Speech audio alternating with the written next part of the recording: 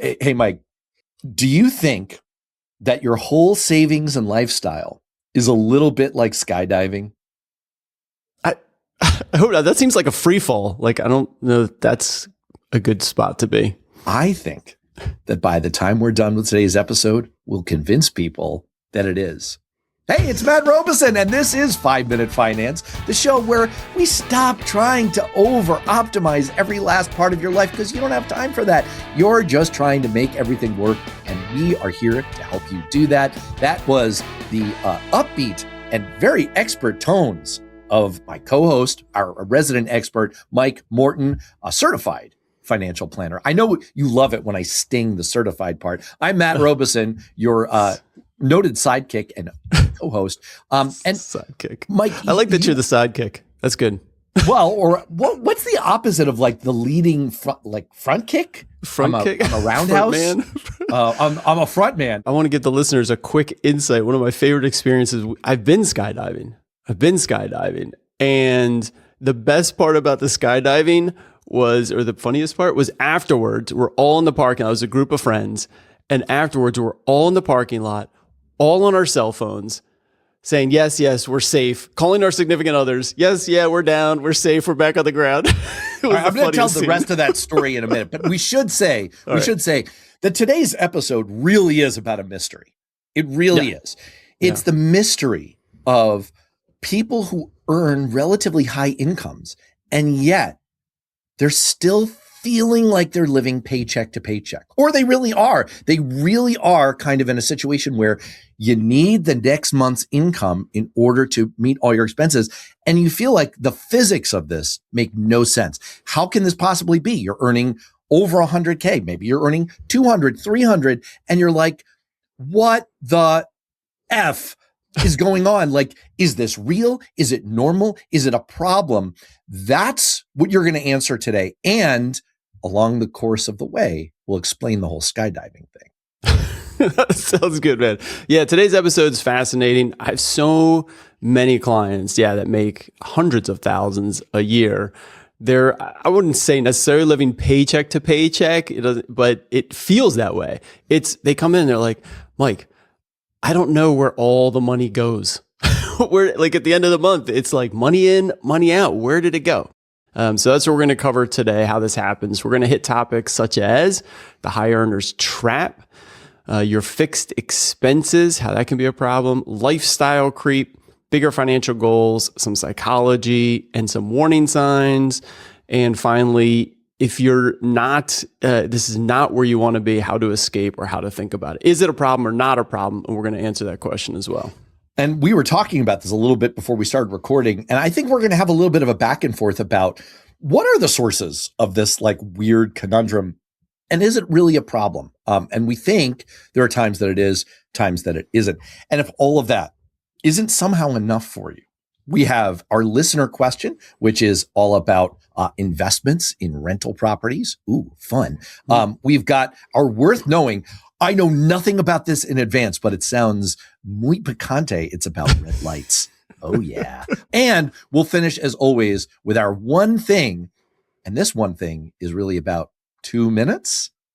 What? It's going to be a 2 minute one thing. Is that one thing or is that two things? It's 2 minutes. It's one thing. Oh. All right. Should we get to it? All right, let's do it. All right. So bottom line this up front for all of us. This is not an abnormal thing at all to find that you're earning a lot of money, but you're somehow living paycheck to paycheck. And that's right. Yeah. That's a real thing. It's a real thing. And so the first thing we want to, tell the listeners is this is very common. And so if you find yourself in this situation, hundreds of thousands of paycheck coming in, but you're like, geez, my bank account is not growing. Every month it's sticking around the same amount, even though I'm getting some big deposits every month, from my paycheck. This is very normal. It happens all the time. I have many clients that feel like in this situation, that are in this situation. And it comes down to there's a lot of reasons why. We'll get into some of those, but ultimately it's because you used to make less money, 10 years ago or 20 years ago. You're like, geez, I wasn't making anywhere near this and it seemed fine. It's because your expenses have gone up with your income. Like your income goes up And in a lot of ways, your savings might also have gone up and your expenses have gone up. You've got 2 cars instead of 1 car. You've got, kids and their expenses added on your own, and the vacations are more, and everything seems to cost more, right? I'm getting to that age where I'm complaining about like the cost of everything. And so that's kind of what we call the high earners trap, is that as you progress and your income goes up with new jobs and new opportunities, so does all your spending and expenses. I want to do 2 things. One, I want to give the caveat up front that we should all understand here, which is no one is playing the world's smallest violin for high income people, least of all themselves, right? Yeah, totally. No one's saying like, oh, I feel so bad. This isn't like a value judgment, a sob story. This is just trying to explain something that seems really weird and yet is all too common, that you're making way more money and yet you feel like you're not getting ahead. That's really the bottom line, is people feel like they're not getting ahead and they should be. So you were saying before that there's more that's kind of going out the door. Could you break that down? Like, what does that mean? And what are the sources of it that people may not even realize? Yeah. It's interesting though. You just mentioned that comment, like, oh, expenses, have gone up, like, income have gone up and things just cost a lot. And it's true, and, oh, you said I haven't gained, I'm not making any ground. I'm not gaining. Yeah. And if you think about that, pause on that for a minute. Like, where were you 5 or 10 years ago? What's a vacation you took in the last couple of years versus a vacation you took 5 or 10 years ago? And was it bigger or quote unquote better? My guess is it probably was. Yeah. Think of the car you're driving now versus your first car that you owned. Is it kind of like a better quality? My guess is, yeah, it is. So if you pause and think like, oh, wait, I have gotten ahead. Like my house is a little bit bigger. My kids have really nice stuff. They go to like, travel teams that they're on. All these areas of your life, you probably have gotten way ahead. If you think about the last 5 or 10 years, and that's what costs more. That's a really interesting point, because I sort of want to, again, we were talking about this earlier, and I sort of wanted to question the premise a little bit here, kind of like this fundamental thing that it's all about what's going out the door, because there's a different version of this for me and my wife and our family, which is, we do pretty well, between I consult and I write and I do this with you and my wife's a doctor. You put it all together, we do just fine. We do fine. But we are in this feeling of like, it doesn't feel like we're getting ahead. And part of it, I will acknowledge, is what you just said. So like we're very fortunate. Our kids play a lot of sports and they want to be on travel teams. And compared to 10 years ago, our kids weren't on travel sports teams because they were too young for that. Now they're on AAU basketball teams and club soccer teams. These things are unbelievable. They're unbelievable. Like club soccer for a kid, $2,500. $2,500. That is a lot of freaking money. Everything has just incrementally keeps going up when you have the income to be able to do it. And that's the point here. If your income was more flat and hadn't risen so dramatically, let's say, hey, now you're making $300,000, $400,000 or more, and it's kind of risen dramatically over 10 or 20 years. If it had not, your lifestyle would not have gotten to this level. Your kid would not be on the travel team. They would not be going to private school. That wouldn't be a choice for you. Right. Okay. And so that's where you can suddenly look back and say, oh, I understand this lifestyle creep, that we say like, oh, you shouldn't do that. But it's just, that's what it is when you have some means, even if you're saving aggressively, which I know is a point you want to get on as well. I do, but even if you're doing that, everything's gone up a level. I meet a lot of people who are stressed out about their money, even when they're making a lot of money. It's money in, money out, where we started. I find humans to be at the similar stress levels, no matter how much income you have. I have this theory that like we all create just this, like say X amount of stress, and it doesn't matter how much money you have or how many kids you have. It's like, that's just, as humans, we always kind of live at between X and Y amount of stress. Didn't Daniel Kahneman basically prove that, right? Like, isn't that a behavioral economics insight that, essentially your happiness level, your contentment level within a wide band is pretty much the same and it's preset? That's right. Well, in terms of income, there is, once you reach, like 100 grand or 120 or something, then you don't become any happier, like as your income goes up from there. But I just had this theory that no matter how, like, even if you're on vacation 100% of the year, like we would still invent between X and Y stress. Like, you have stressed out days, you have stress-free days, and that's just where humans live. And we'll make it up. Even if there's no lions around, or even if we have bazillions of dollars in the bank, we will make up stress one way or another. I guess that's true. The only distinction that I would make is, we were talking about the world's smallest violin for high income folks who are living paycheck to paycheck. That just means something very different versus someone who's making $50,000 a year. It's a different set of considerations, but it goes back to, there's a universal law that someday I'm going to trademark this. Capacity always gets filled, right? It's like the core story of Robert Moses building the city of New York, and he wants to expand the Long Island Expressway. And he goes from 3 lanes, which are always clogged bumper to bumper traffic, to 4 lanes. And he thinks that's going to solve the problem. The opposite occurs: 4 lanes, bumper to bumper traffic. Why? Because capacity always gets filled. People increase their output to match the available capacity. That's what's happening here. So this is our rule, Matt, right? So now let's get to your savings point. So a rule that we have, I work with lots of people, is save first, because capacity gets filled. You just got a bonus. You just got a raise. Guess what's going to happen? You're going to look back 12 months from now and be like, wait, where'd all that money go? I just, I made 20 grand more, but my bank account didn't go up by 20 grand. Okay? Because capacity gets filled. If it's coming in the bank, it's going to go out the bank. So what we want to do is save off the top. Automate your savings, like your 401k, your 403b. When you get a raise, go ahead and save that. Set up the automatic savings. When you get a bonus, hey, I know my bonus always comes in March. Great. Good news. In March, set a reminder when the bonus comes in, save 50% of it straight away. Put it away, like over to your long-term savings account where you never look. So save off the top, because capacity always gets filled. Well, I just realized something else. You're Heisenberging. Well, I'm not sure that's a verb. Yeah. I just verbed a noun. Deal with it. Yeah, you're Heisenberging because you are essentially you're the actor, you're the protagonist in all of this that's creating a little bit of the effect that your clients are observing. People listen to you, man. I mean, I listen to you. So just to personalize this, I listen to you. So I automatically transfer to my various forms of saving for retirement and for college savings, my 529s, my IRA. I auto that stuff.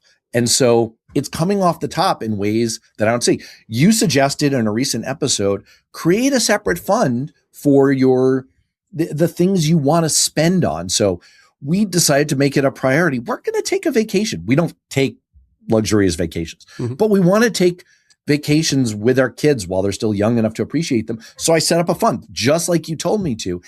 And I'm not seeing it. That's built up a few $1,000 in it, but I haven't seen it. Like, I don't pay attention to it. So it still looks even more to me like I'm not getting ahead, even though I am, because that savings is happening. That's exactly right. And so that points to something else where you are doing the automates. You don't feel like you're getting ahead. All right. But let's take a step back. We often talk about tracking your net worth. Okay. So look up that episode, and here, this is exactly why we do it. Okay. You're saving your 401k. You're saving, for the vacations, then enjoying them. So back to our earlier conversation. Oh yeah, my vacations have gotten a little better. Like, that was great. You're saving in your IRAs. You're saving your bonus. Okay. And your house value has increased. Your mortgage has decreased. You pay down student loans. You've paid down your mortgage. Your house value has gone up a little bit. So when you take that snapshot once a year, hey, what is everything I own minus everything that I still owe? It's increasing. So you are getting ahead. Can I tell you, this is like a Christopher Nolan-esque time loop.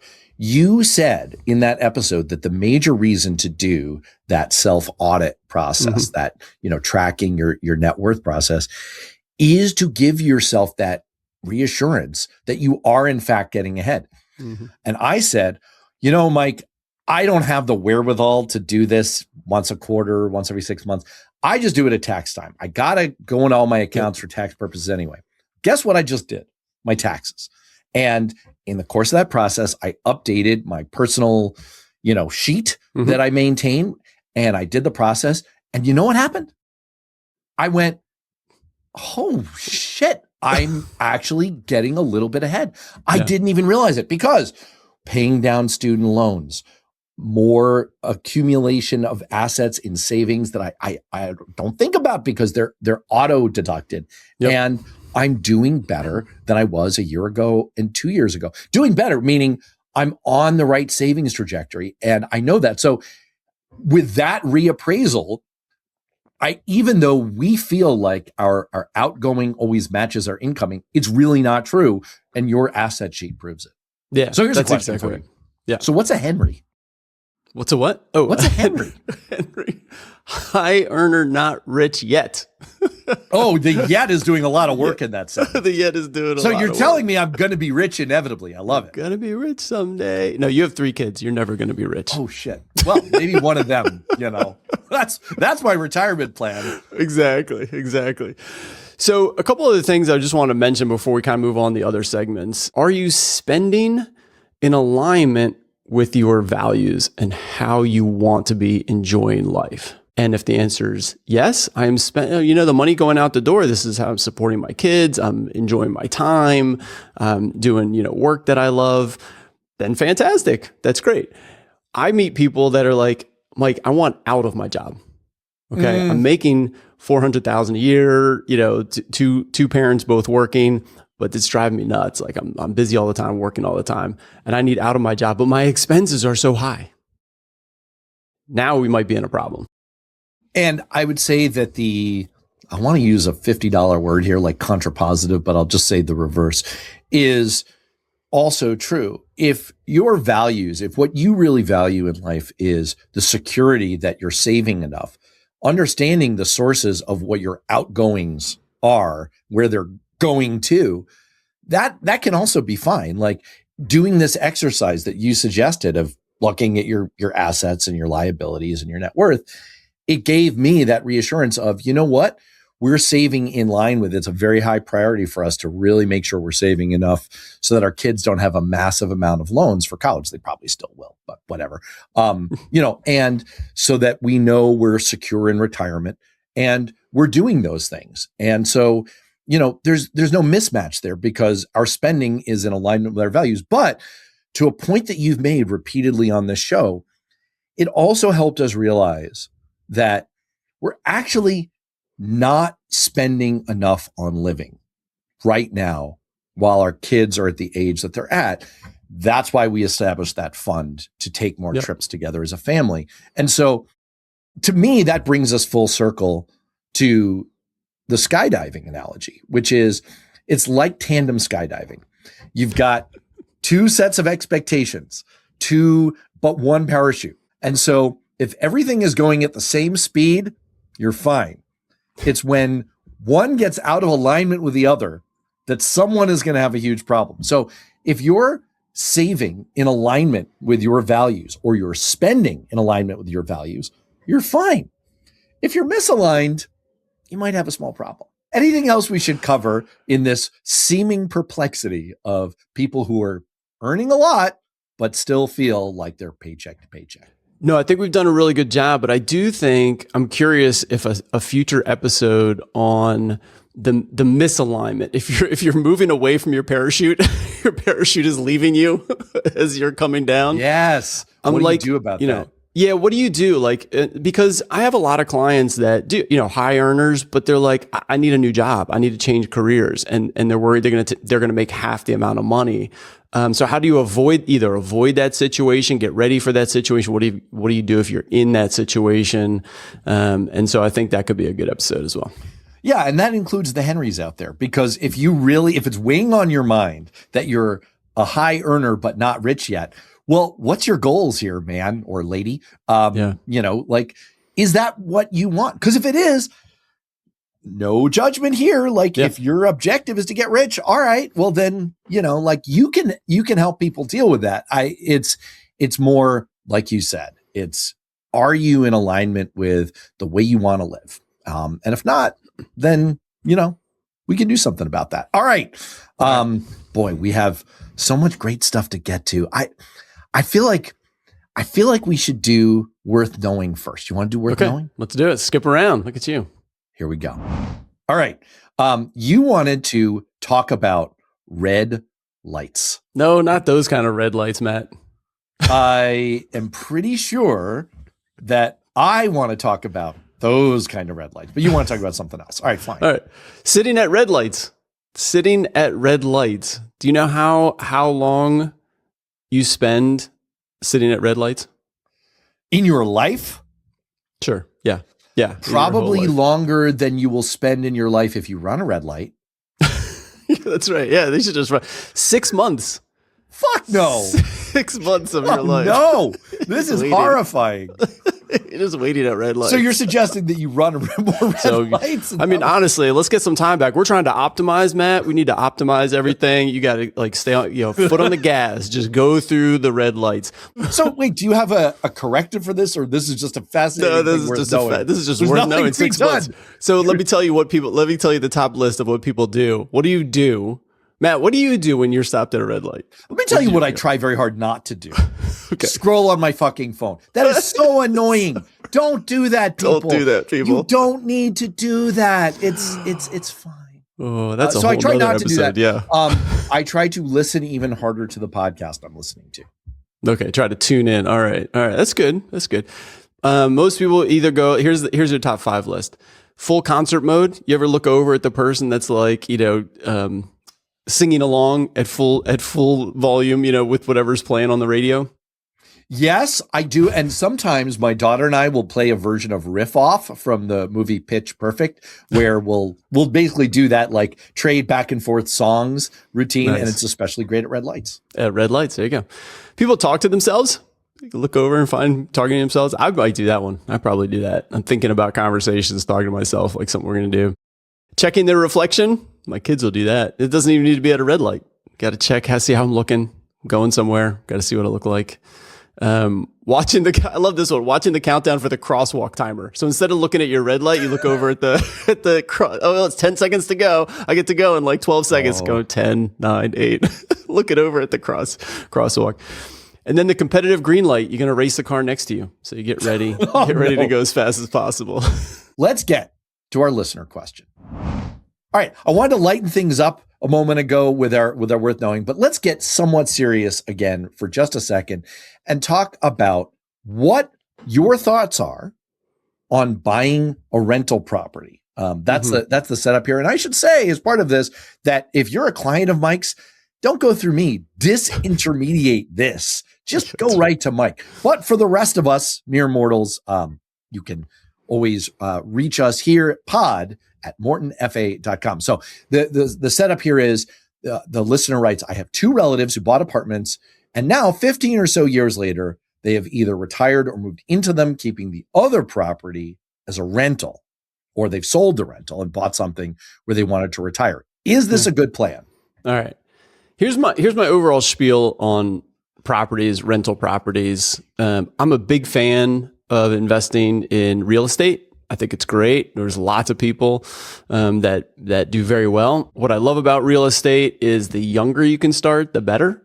And then the more time and energy you can put into it, the better. Often, if you can swing in your 20s, 30s, or 40s, owning a second property that is a rental property, you put in your time and effort to find the place, fix up the place, rent the place, manage the place, fix it up while there are renters in there. So that's your time and energy piece.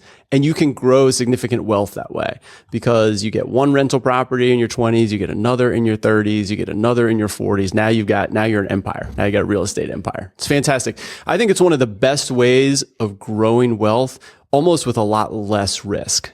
Okay, I think rental properties and growing properties, it takes a lot of time and effort, and it takes years, of compounding. So I'm a big fan of rental properties. However, the downside is it takes a lot of time and effort, right? What's skipped around in these questions is like, hey, properties are great. My parents bought their house for like 75 grand and they sold it for like 800 grand. I mean, that's amazing. Yes, and they lived there 30 years, had to fix the roof twice, everything else that went wrong with it.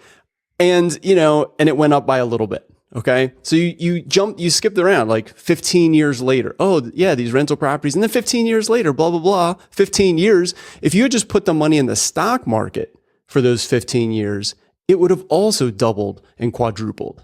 All right. So the stock market also can be equally effective to growing wealth. So it's not a one or the other. It's whatever you're interested in. Right. It's a whole compared to what kind of question. And for me personally, I'd rather skip all the effort and just low cost index fund it. Yeah. But hey, it sounds like people can do whatever floats their boat, especially for diversification purposes. It's about time for us to finish up with our one thing.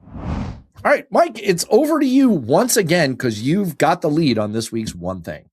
2-minute fix. Okay. No, Matt, this is right up your alley. So you didn't know what this was, but now that you know what it is, you're sitting there, he's finally reading the show notes. So now he's figuring out, oh, here's what we're talking about here. I don't want to ruin the surprise, man. Ruin the surprise. One of these days, the one thing is going to be one thing. Matt's about to die. And be like, oh, shit, I should have read this before. Matt's getting fired. Yeah. Oh, wait a minute. What? Damn it. The 2-minute fix. So this is your 2-minute rule. Pick something up once. So if it takes less than 2 minutes, you do it right away. Now, this is financial one. Okay. So you're working through tasks, you get an email or you're reading something like, oh yeah, I got to pay this bill or this invoice, or I got to set this appointment or whatever. If it's less than 2 minutes, just do it. People, just do it right away. Not at a red light on your phone. Okay. Don't do it there. Okay. But just if it's less than 2 minutes, take care of it. Get it off your desk. If it's more than 2 minutes, schedule it, put it in your calendar for the future. What if someone's at the red light and they're listening to this podcast and they take my advice, power listen while they're at the red light and they get to this part of the show? So they're kind of doing a 2-minute task, but they're doing it while they're at the red light. Yeah, they've been at that red light for a long time. It's time to move forward. It's probably green by now. Oh, yeah. Look up, start driving. All right. On that note, I think it's about time for us to wrap this up. For Mike, I'm Matt. We'll see you next time. Thanks, Matt. Thanks for joining us on 5-Minute Finance. If you like what you heard, please subscribe to and rate the podcast. It makes a huge difference for my show. You want more? Find Morton FA on Substack. If you have a comment or question, please email pod@mortonfa.com. Until next time, thanks for tuning in. This recording is for informational purposes only and should not be considered for investment advice. Opinions expressed are as of the date of recording. Such opinions are subject to change.